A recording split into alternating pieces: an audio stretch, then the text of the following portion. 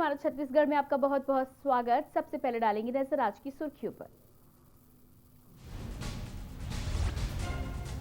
बिलासपुर से प्रयागराज जाने वाले यात्रियों से मुख्यमंत्री भूपेश बघेल ने की वर्चुअल बातचीत। यात्रियों ने कहा, अंचलवासियों का वर्षों का सपना हुआ सच।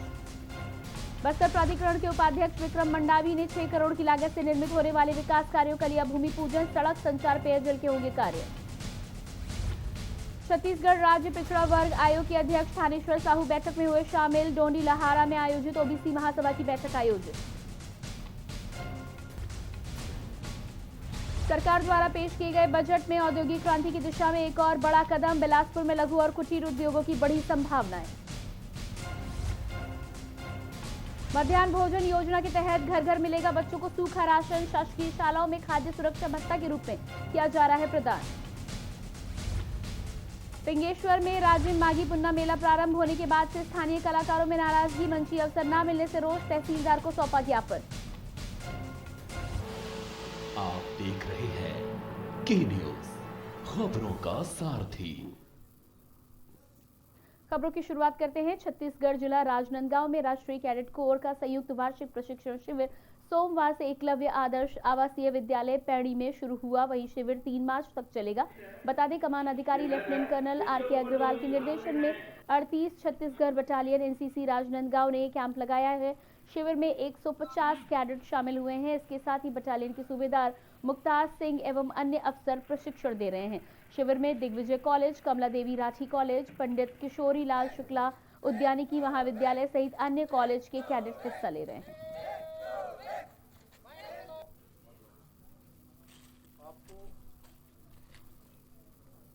ये जो मैथ शीट है, ये मैथ है, इसके ऊपर जो भी नाम लिखा है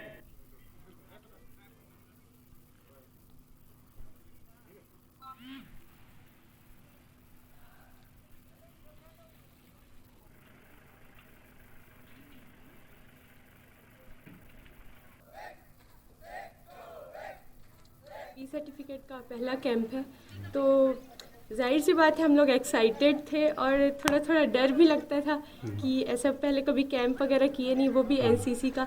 सर जैसे ये यूनिफॉर्म ही है, इसको पहनने के बाद एक काइंड ऑफ रिस्पॉन्सिबिलिटी हम लोग को लगती, फील होती है। तो ऐसे सोच रहे थे कुछ गलती ना हो जाए, ऐसा वैसा। तो सर यहाँ आने के बाद तो सर लोग जैसे हम लोग को गाइड कर रहे हैं, तो सर नॉर्मल लगने लग गया है। और सर हम लोग बहुत ज़्यादा एक्साइटेड थे। इतनी दूर दूर से मैं खुद जांजगीर चांपा से आई हूँ सिर्फ ये 3 दिन के कैंप करने के लिए। पहले तो हम जो कोविड के ध्यान में रखते हुए एक कैंप ऑर्गेनाइज किया है। ये कैंप टोटल 3 दिन का है, 1 मार्च से लेकर 3 मार्च तक होगा।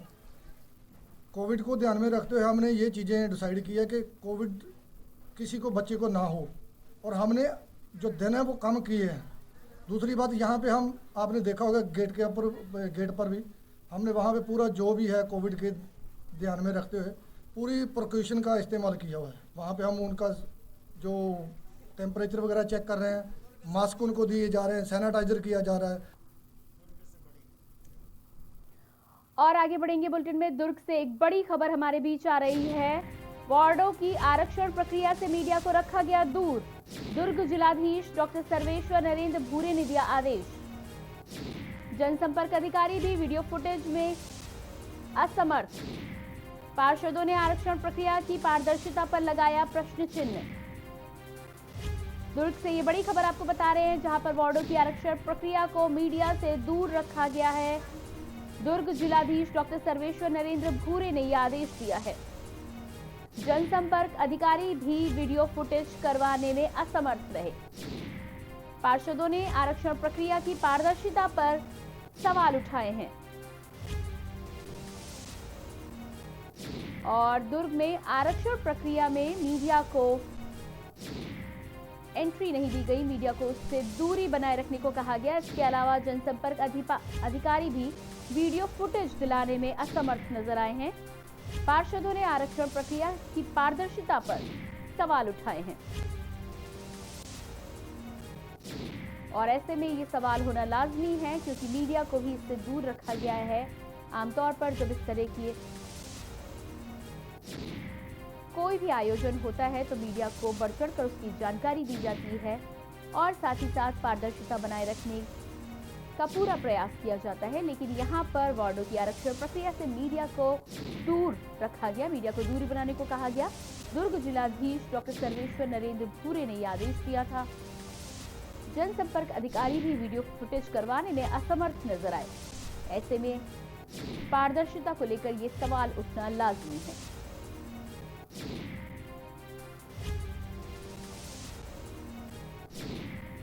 और लगातार दूसरी बड़ी खबर आपको बता रहे हैं, जहां पर पारदर्शिता को लेकर सवाल उठाए हैं। पार्षदों ने आरक्षण प्रक्रिया पर पारदर्शिता पर सवाल उठाया गया है और इस आरक्षण प्रक्रिया से मीडिया को भी दूर रखा गया है। किसी तरह की कोई जानकारी मीडिया को उपलब्ध नहीं कराई गई। और इसी खबर पर ज्यादा जानकारी देने के लिए हमारे साथ हमारे संवाददाता सर्वेश सिंह जुड़ चुके हैं, उनसे बात करेंगे। जी सर्वेश, आपसे जानना चाहेंगे कि दुर्ग में ये जो आरक्षण प्रक्रिया हो रही है, इससे मीडिया को दूर रखा गया है, साथ ही साथ पार्षदों ने आरोप भी लगाया है कि इसमें पारदर्शिता की कमी है।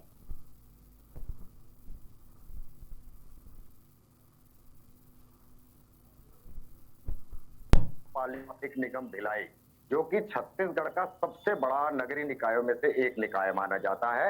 ये जब से इसका ये 5 वर्षीय कार्यकाल पूरा हुआ, इसके बाद से ही ये विवादों में लगातार घिरा रहा। पहले वार्डों के परिसीमन को लेकर हाई कोर्ट तक ये पूरा मामला चला गया था। वार्डों के परिसीमन पे प्रश्न चिन्ह उठाए गए, जिसमें अंततः माननीय उच्च न्यायालय ने वार्डों के परिसीमन को बिल्कुल सही ठहराया और आरक्षण की प्रक्रिया को हरी झंडी दिखा दी। वर्तमान आज के दिन जब यहाँ पर आरक्षण की प्रक्रिया हो रही है, तो ऐसे समय में पूरे प्रिंट और इलेक्ट्रॉनिक मीडिया को भी यहाँ पर आमंत्रित। जी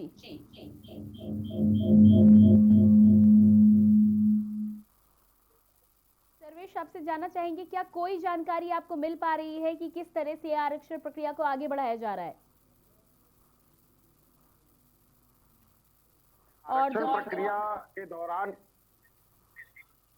माफ कीजिएगा, आरक्षण प्रक्रिया में क्या हुआ, किस तरह की कार्यवाही की गई है, इसके बारे में किसी भी न प्रिंट मीडिया को न इलेक्ट्रॉनिक मीडिया को कोई भी जानकारी नहीं है, क्योंकि कलेक्ट्रेट सभागार में किसी भी मीडिया को एंट्री नहीं दी गई। रही बात आरक्षण की, तो जो अपुष्ट सूत्रों से और कुछ पूर्व पार्षदों से, जनप्रतिनिधियों से हमें जो जानकारी मिली, उसके अनुसार ये कहीं ना कहीं प्रश्न चिन्ह लगाए जा रहे हैं कि जो वार्डों के आरक्षण हुए हैं वो अपने अपने को देने की एक प्रक्रिया अपनाने के, ऐसा कुछ पार्षदों का आरोप है और मुख्य विपक्षी दल भाजपाइयों का आरोप है। रही बात जिलाधीश की, तो हमने उनसे भी संपर्क करने का प्रयास किया, तो उन्होंने पूरे मीडिया कर्मियों को ये कह के कटा दिया कि हम आपको 3, साढ़े 3, 4 बजे के आसपास प्रेस कॉन्फ्रेंस के माध्यम से सूचित करेंगे कि कौन सा वार्ड किस श्रेणी में आरक्षित किया गया है। जी, तो यहाँ पर इस जानकारी के लिए आपका बहुत बहुत शुक्रिया। और हमारे संवाददाता सर्वेश सिंह ने हमें जानकारी दी है कि आरक्षण प्रक्रिया से मीडिया को पूरी तरह से दूर रखा गया है। अपुष्ट सूत्रों के मुताबिक उन्हें जो जानकारी मिली है, वो जानकारी उन्होंने हम तक साझा की है। 3, साढ़े 3 बजे के करीब जब प्रेस कॉन्फ्रेंस होगी जिलाध्यक्ष की, उसके बाद ही तमाम आरक्षण प्रक्रिया के बाद जो भी फैसले लिए गए हैं उसकी जानकारी मीडिया को और उसके साथ ही साथ आमजनों को मिल पाएगी। उससे पहले पूरी प्रक्रिया को गुप्त रखा गया है। इसके पीछे के कारणों का अभी तक कुछ पता नहीं चल पाया है। पार्षदों का आरोप है कि पारदर्शिता की कहीं ना कहीं कमी रखी गई है, जिसकी वजह से ऐसा किया जा रहा है।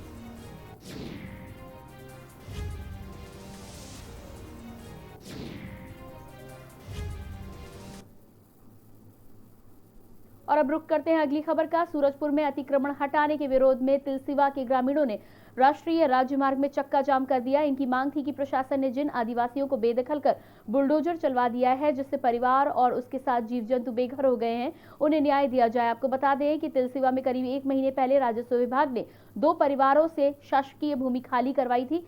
तब से परिवार जिला पंचायत के सामने 21 दिन से धरने पर बैठे हैं, लेकिन प्रशासन ने अब तक कोई सुध नहीं लिया। आदिवासी परिवार को न्याय दिलवाने किसान संगठन ने आज सूरजपुर से होकर गुजरने वाली राष्ट्रीय राजमार्ग बाधित किया। हालांकि कुछ देर बाद ही मौके पर पहुंचे एसडीएम को समझाने के बाद आंदोलन खत्म कर दिया गया।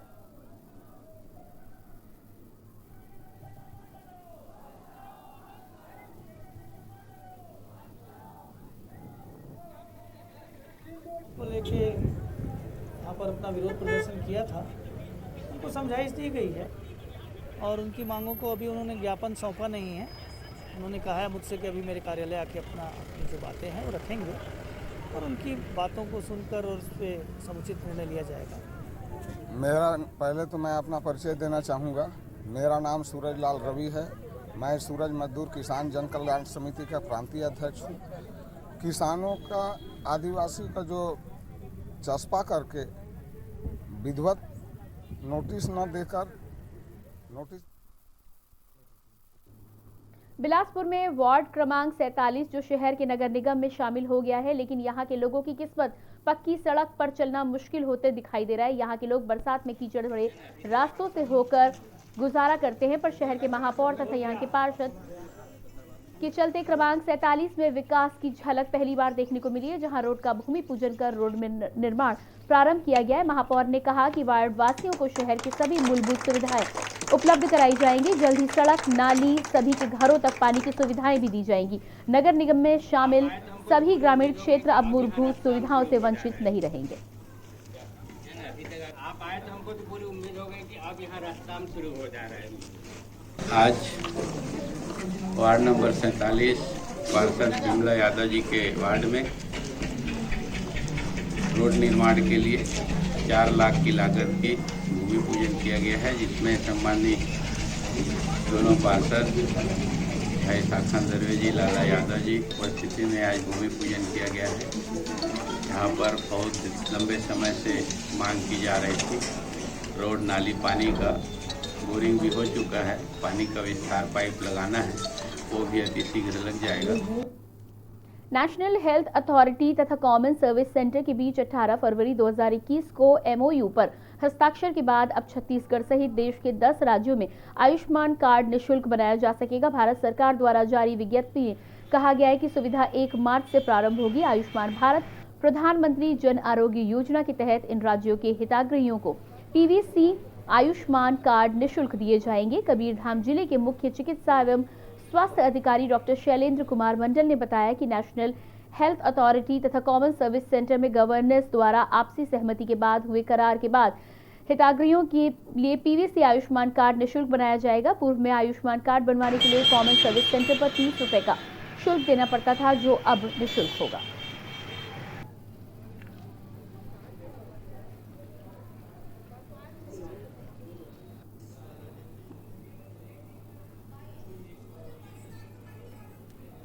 सूरजपुर जिला प्रशासन ने शहर में शासकीय भूमियों को अतिक्रमण होने से बचाने के लिए अलग तरीका निकाला है। आपको बता दें, सूरजपुर को जिला बनने के बाद से ही जिला स्तरीय कार्यालय बनाने के लिए जिला प्रशासन को शासकीय भूमि की आवश्यकता थी, लेकिन अतिक्रमण के कारण मुख्यालय में भूमि का टूटा है। लिहाजा जिला प्रशासन ने वर्तमान में खाली पड़े शासकीय भूमि का आवंटन कर दिया। साथ ही राजस्व विभाग ने आवंटित भूमि के लिए संबंधित विभाग को अहाता करके सुरक्षित करने के निर्देश भी जारी कर दिए। इधर जिला प्रशासन ने कई शासकीय कार्यालय के लिए भूमि आवंटन कर दिया है, जिसमें दर्जनों सूचना बोर्ड लगा दिए गए हैं।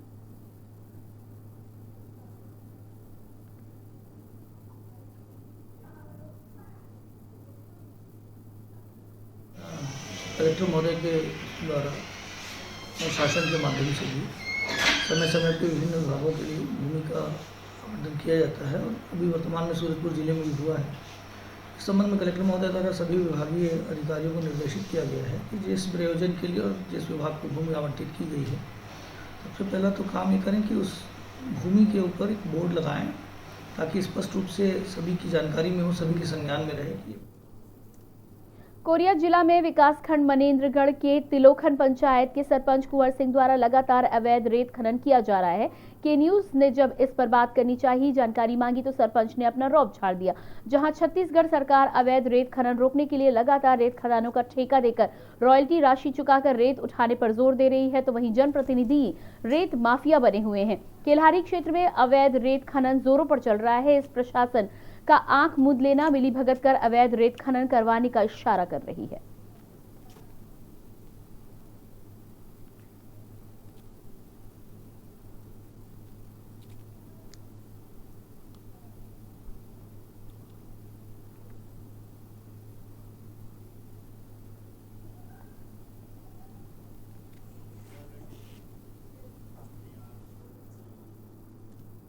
जांजगीर चांपा जिला में धान खरीदी करने के बाद अब धान खरीदी केंद्र प्रभारी धान के उठाव नहीं होने से सरकार से नाराज नजर आ रहे हैं। धान खरीदी एक माह बीतने के बाद भी खरीदी केंद्रों पर धान का परिवहन नहीं होने से नाराज केंद्र प्रभारियों ने 3 सूत्रीय मांगों को लेकर धरना दिया है। जिले के 231 धान खरीदी प्रभारियों ने शासन प्रशासन पर धान का उठाव नहीं करने का आरोप लगाते हुए धान सूखने से प्रभारियों की आर्थिक समस्या से जूझने की बात कही और धान की बोरी पुराने और कीट प्रकोप के कारण नुकसान होने का हवाला देते हुए शासन से शीघ्र धान का उठाव करने की मांग भी की है। धान खरीदी संघ ने धान का उठाव नहीं होने पर भूख हड़ताल और उसके बाद कार्रवाई न होने पर चक्का जाम करने की चेतावनी भी दी है।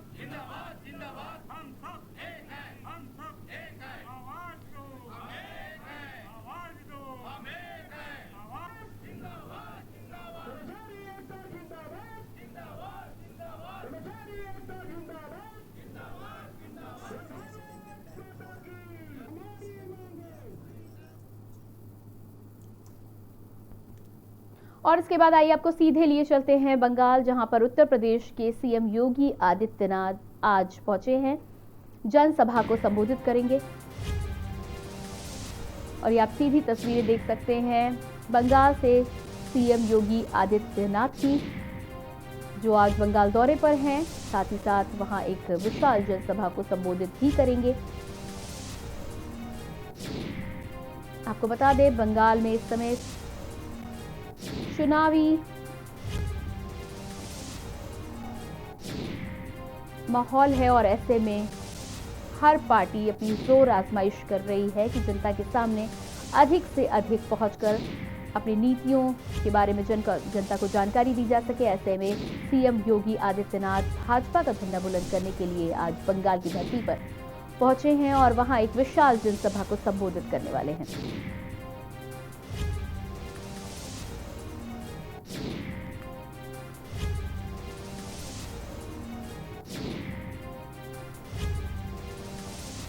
बंगाल में सियासी हलचल के दौरान इस समय तमाम राजनीतिक पार्टियों की सरगर्मियां बंगाल में तेज हो चुकी हैं। ऐसे में भाजपा भी कोई कोर कसर नहीं छोड़ना चाह रही है। बंगाल के तमाम नेता, भाजपा के तमाम नेता इससे पहले बंगाल का दौरा कर चुके हैं और अब सीएम योगी आदित्यनाथ ने बंगाल में भाजपा के प्रचार प्रसार की कमान संभाली है। आज वो एक विशाल जनसभा को संबोधित करेंगे और भाजपा और केंद्र सरकार के कार्यों का ब्यौरा देकर जनता के बीच अपनी पैठ बनाने का काम करने के लिए आज बंगाल में सीएम योगी आदित्यनाथ उपस्थित है।